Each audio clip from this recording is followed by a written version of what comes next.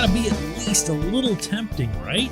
You know, you hear and see and read all this stuff about Mike Tomlin and Kevin Colbert chasing this quarterback and that quarterback and another quarterback, to think that the one they just got is already in the past tense. It is not the case. Good morning to you. Good Tuesday morning. I'm Dejan Kovacevic of DK Pittsburgh Sports. This is Daily Shot of Steelers. It comes your way bright and early every weekday if you're into hockey and or baseball. I also offer daily shots of Penguins and Pirates, where you found this: don't ditch Mitch. I get the sense that there's a good amount of that out there right now. Well, if they move up and get Malik Willis, now we're even hearing top 5, top 2, whatever it takes.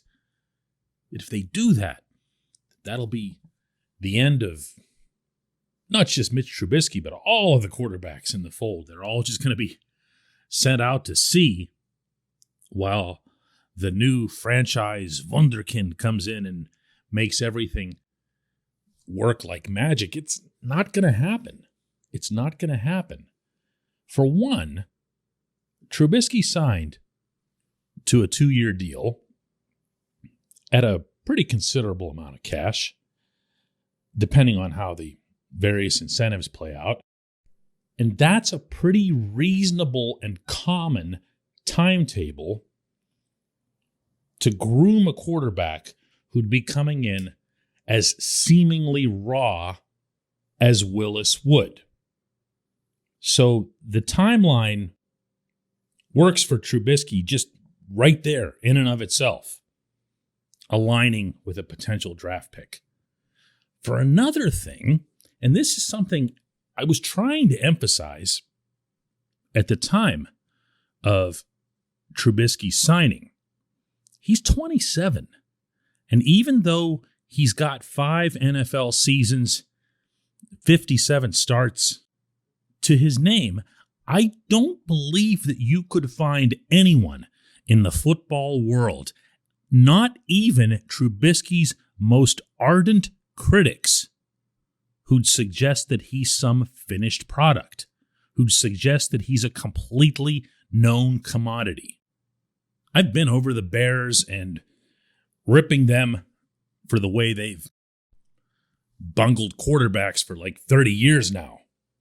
And I've no doubt that's part of it, based on what I heard simply about how the Steelers were richly interested in what happened to Trubisky after he went to Buffalo, and what everyone associated with the Bills was seeing with him. That's pretty much a red neon sign for me that the Steelers are thinking the same thing when it comes to the Bears and quarterbacks. But there's also this. Here's what Mike Tomlin had to say about his new number 1 quarterback, and he is the new number 1 quarterback in Pittsburgh. This was yesterday in West Palm Beach, Florida, at the NFL owners' meetings. We really were attracted to his upside. He's young and experienced. He's won, to be quite honest with you, he's probably won more than anybody else that was kind of in the field. He didn't cost us any draft capital. It allowed us to maintain all our picks, and you guys know how we feel about building our team through the draft. And so there was a lot of things about him that was attractive to us. The winning thing, I'll be honest with you, is not something that I had really thought of. It's not something that I'd stacked up against other potential free agents. Certainly not in the specific context that the Steelers assigned to themselves, where they just did not want to get involved in these big names and sending out a bunch of draft capital. But Trubisky did do a fair amount of winning in Chicago, notably in the 2018 season when he went 11-3 as a starter and made the Pro Bowl. So there's that too. This portion of Daily Shot of Steelers is brought to you by Point Park University. Choose from nearly 100 career-focused programs leading to bachelor's, master's, and doctoral degrees. Choose when and how you'd prefer to do that studying, whether it's at Point Park's gorgeous downtown Pittsburgh campus, whether it's online, maybe a flexible hybrid format would work best for you. Find out more about all of this at pointpark.edu. Look, what I'm trying to say here is that not every time there's something spoken or there's an action taken about one quarterback does it necessarily reflect on the other. I get it. This is a new era for all of us, myself included. The quarterback position is the only one we never had to discuss for 18 years. And now all of a sudden, it's not one, it's not two, it's not even three. It's now the potential fourth coming in as possibly being the franchise guy.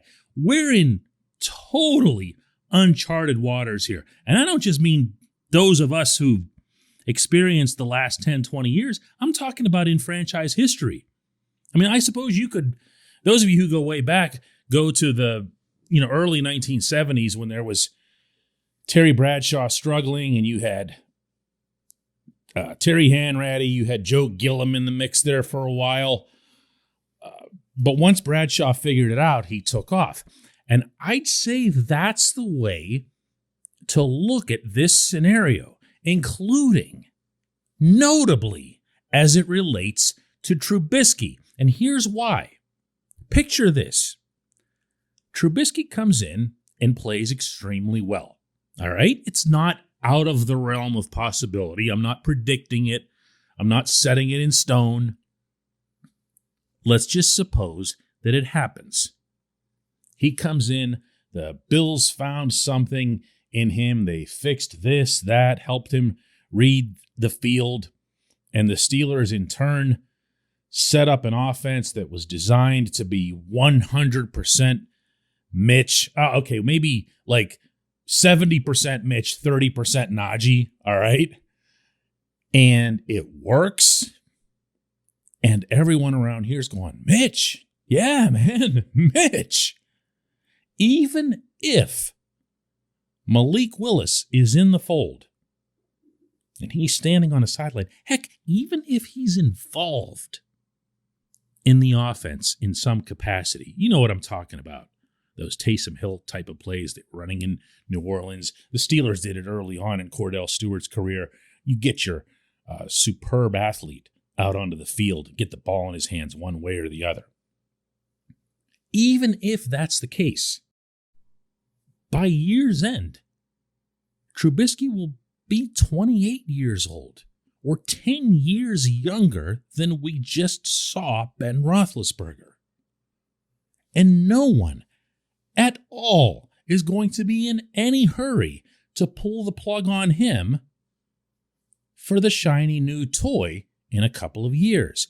What the Steelers have done here, and I've been in favor of this part of it all along, is to get as many options, check off as many boxes, visit as many pro days, take as many college kids out to dinner as your stomach can handle steak without an attack of the meat sweats. Do all of that. Be thorough. It is a once every 2 decades endeavor, and you've got to get it right. You can't be swimming back and forth.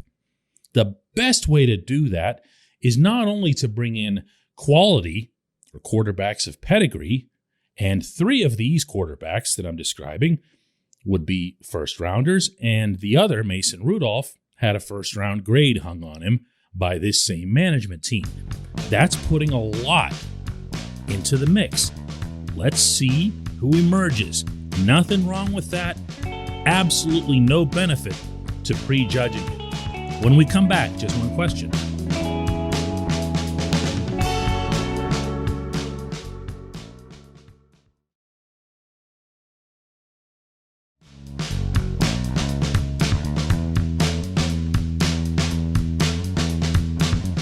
Welcome back. It's time for Just One Question, and today's comes from Cole Evans. I feel like prefacing here because Cole is someone who's been writing me quite a bit about Mason Rudolph for a while now. And so the moment I saw Cole's name come through, I'm thinking, oh, here we go. So here, in fact, we go. Cole asks, is it fair to say now, DK, that these coaches were never comfortable with Mason Rudolph being the starter? You know what, Cole? If you want your W here, you can go right ahead and have it, my man. Because by the time this draft is done, if in fact the Steelers do get Willis, Rudolph is going to end up being your number 3 guy. Maybe your number 4. Who knows? But I'm going to repeat partially what I said in the first segment, but much more so what I'd been saying about Mason before any of this, pre-Mitch. And that was this. He had every opportunity, and I believe still will have at least an opportunity to go into training camp and floor people. Floor people. That's always in play. Never forget that. This is how undrafted free agents become starters. This is how Mike Hilton made himself a multimillionaire. He was absolutely nobody when he went out onto the field in Latrobe. And all he did was make plays and make sure not only that he was seen, but also that he was heard, calling attention to himself vocally in the direction of the head coach. And the head coach loved it. And the head coach wasn't in a position to discard him. In fact, the head coach was put into a position to embrace him. Let's say, and again, I'm getting into a lot of hypotheticals today, which I'm not comfortable with, but whatever. This is where we are in the calendar. Let's say that Mason goes out and just lights people up, addresses his shortcomings, shows, as he had professed about a month ago, that he actually is a fine fit for the Matt Canada offense.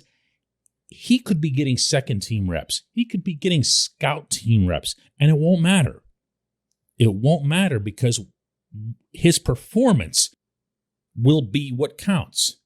Can we really, realistically rule out that Mason Rudolph could go into a training camp and be better than Mitch Trubisky? Can that be ruled out? Stone cold, forget it, no chance. Can we rule out that Trubisky would get hurt? Funny how we never mention injury scenarios until we're right there in the season or closer to the season. But these are things that coaches and executives have to think about even in March.